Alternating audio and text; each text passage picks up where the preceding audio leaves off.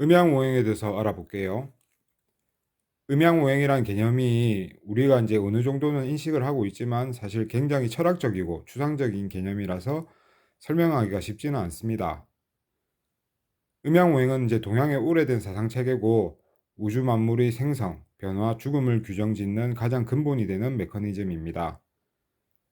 인간도 이제 우주 속, 자연 속의 만물 중 하나이기 때문에 이 음양오행이라는 절대적인 법칙에서 벗어날 수가 없고 이제 굉장히 밀접한 관계가 있다고 생각하시면 될 것 같습니다.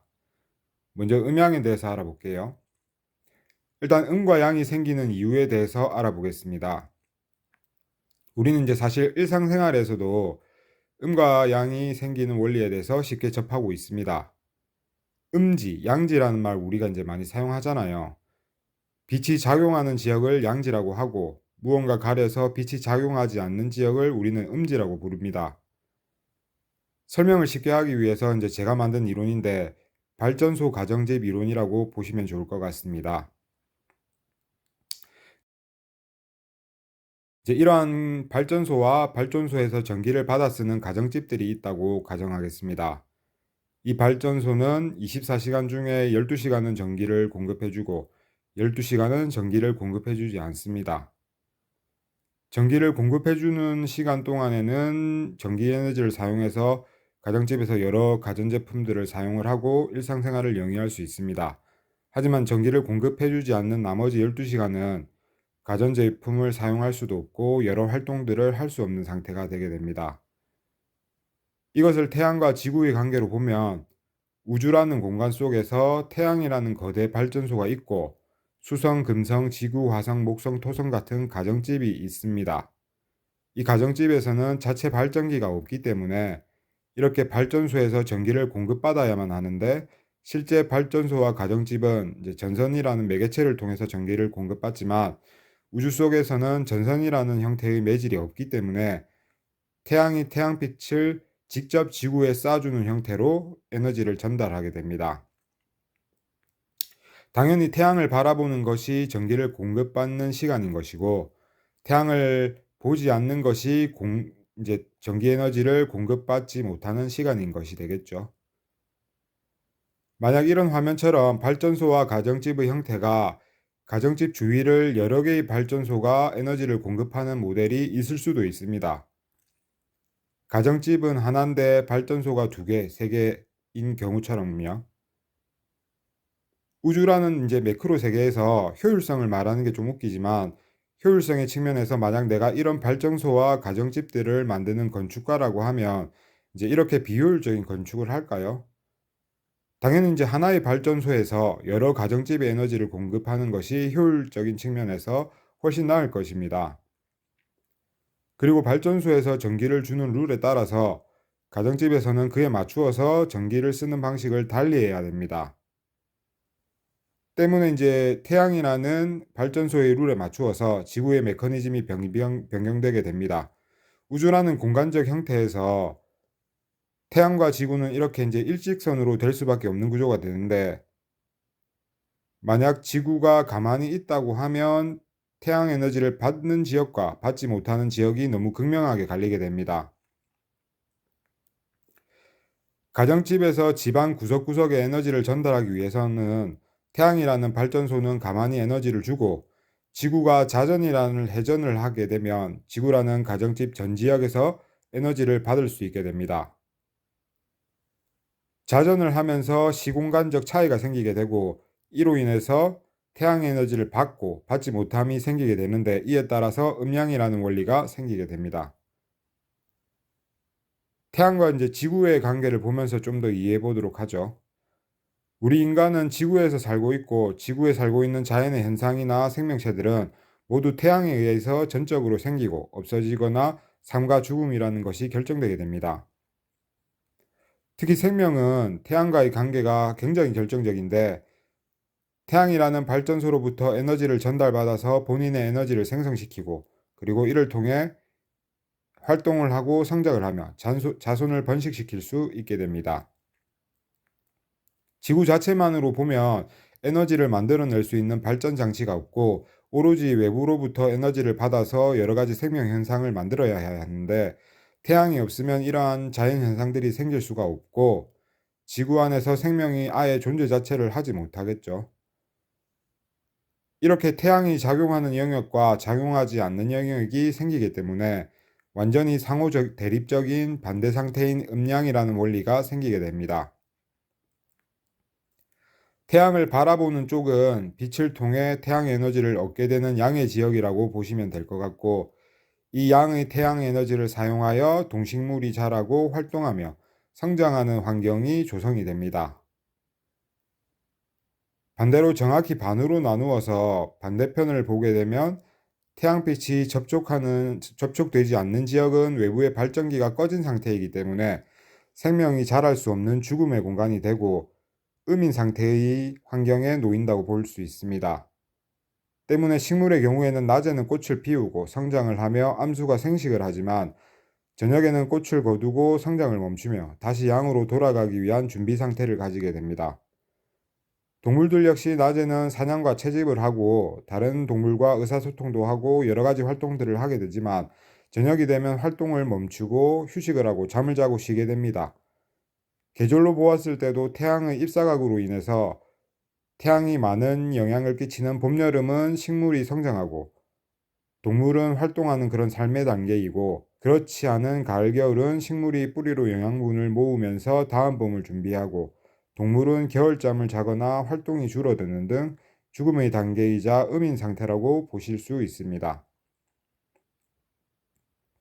그래서 양은 성장하며 동적이고 생명적인 부분을 의미하지만 음은 축소하고 정적이며 죽음적인 부분을 의미하게 됩니다. 이것은 태양과 지구와의 시공간적 관계에 따라서 음과 양의 관계가 형성된다고 볼 수가 있고 지구 안의 모든 생명체를 규정하는 메커니즘으로 작용하게 됩니다. 지구는 태양을 도는 행성일 뿐이고 태양이 명령하는 절대적인 규칙을 따를 수밖에 없습니다. 우주 속에서 이러한 태양과 지구의 관계에 따라서 양과 음이 생기게 되는 것이고 양과 음은 상호 대립적인 관계가 되게 됩니다. 이제 지구는 자전을 하기 때문에 한 지점이 계속해서 양이거나 음인 상태가 될 수 없습니다. 시간의 흐름에 따라서 양이었던 시공간이 음이 되고 다시 음이 양이 되는 반복되는 구조를 가지게 됩니다. 계절도 양인 봄, 여름을 지나 음인 가을, 겨울이 오고 다시 봄, 여름을 맞이하게 됩니다. 이렇게 이제 양과 음은 서로 변하며 순환하게 되고 또한 남성과 여성, 수컷과 암컷처럼 분리가 되었다 합쳐지기도 합니다. 이렇게 이제 음양은 서로 대립적이기도 하지만 변하기도 하고 합쳐지기도 하는 개념입니다. 음양이 지구의 만물을 규정하는 가장 큰 메커니즘이자 대전제란다고 하면 오행은 소전제, 그 정도로 보시면 될 것 같아요.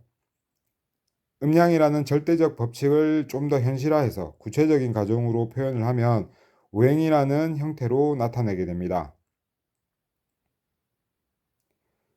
지구는 음양이라는 체계 안에서 이제 오행이라는 구체적 흐름의 형태를 가지게 되는데, 이제 쉽게 설명하면 아까 본 것처럼 다시 지구와 태양과의 관계를 보겠습니다. 태양이 지구의 이 지점을 비추고 있을 때 우리는 양이라고 부를 수 있습니다. 지구는 자전을 하기 때문에 태양에 훨씬 가깝게 그리고 직접적으로 영향을 받는 상태가 되기도 하고, 아니면 지구가 어느 정도 자전을 하여 해가 질 무렵처럼 이제 태양이 비교적 멀리서 작용하는 상태가 될 수도 있습니다.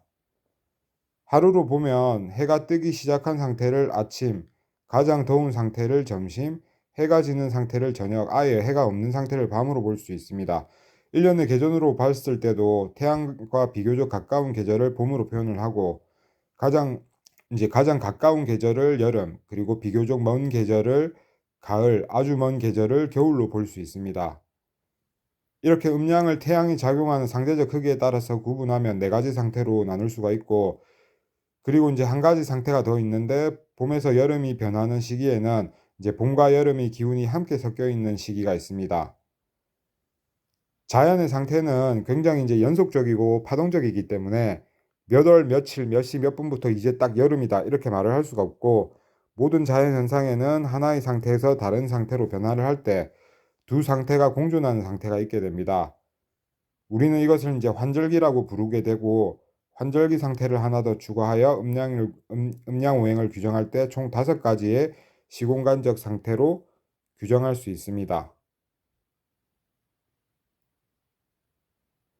이렇게 이제 음양이라는 절대적인 원칙 안에서 5가지 상태를 규정할 수가 있는데, 계절로 보면 식물이 싹을 틔우고 잎을 키워 태양의 에너지를 받아들이기 시작하는 봄, 그리고 잎이 만연하고 광합성이 절정인 여름, 꽃과 잎이 지고 낙엽이 떨어지는 가을, 뿌리로 영양분을 모으고 휴식하는 겨울로 볼 수가 있고, 계절 사이마다 간절기가 그리고 있게 됩니다. 하루로 보면 아침, 점심, 저녁, 밤이 있고, 우리가 정하진 않았지만 아침과 점심 사이에도 간절기 같은 개념의 단계가 있을 수 있습니다. 인간의 일생으로도 보면 유아기, 청소년기, 장년기, 노년기로 볼 수 있겠고요.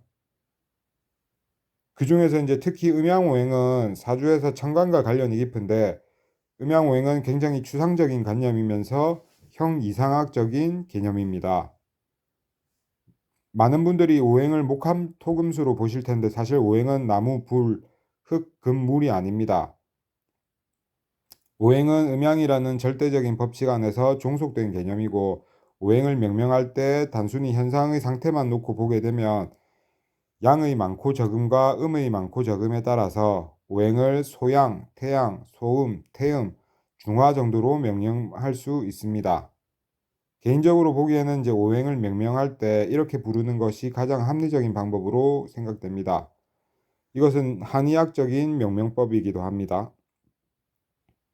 소양은 봄을 만드는 기운이자 아침을 생성하는 기운입니다.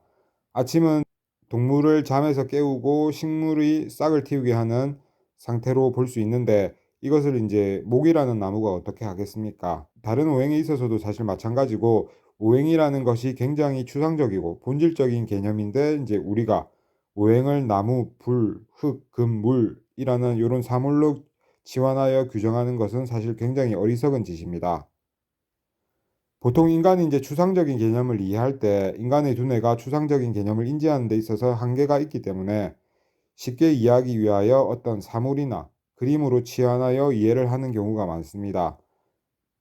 이걸 사주에서는 이제 물상론이라고도 하죠. 우리는 이제 이해를 쉽게 하기 위해 한번 보시면 사랑이라는 의미를 하트로 표시하고 이해하면서 정의하기도 하고, 그리고 정의라는 것을 검으로 표시하고 이해하기도 합니다. 하지만 이제 사실 사랑이라는 개념은 하트가 아니죠.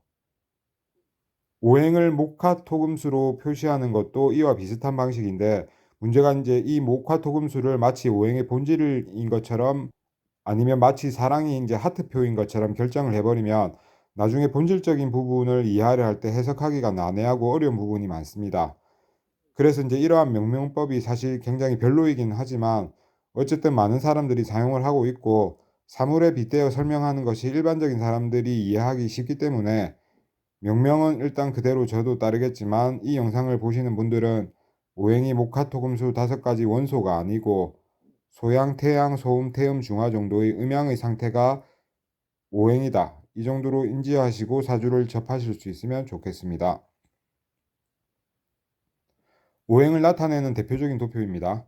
음양 오행의 가장 기본적인 도표이고, 목화토금수가 서로 관계를 이렇게 맺게 되는데, 지구의 시간 구조상 봄에서 여름, 여름에서 가을, 가을에서 겨울로 가기 때문에 목화토금수가 이렇게 시계 방향으로 시간이 배열된다고 보시면 될 것 같아요.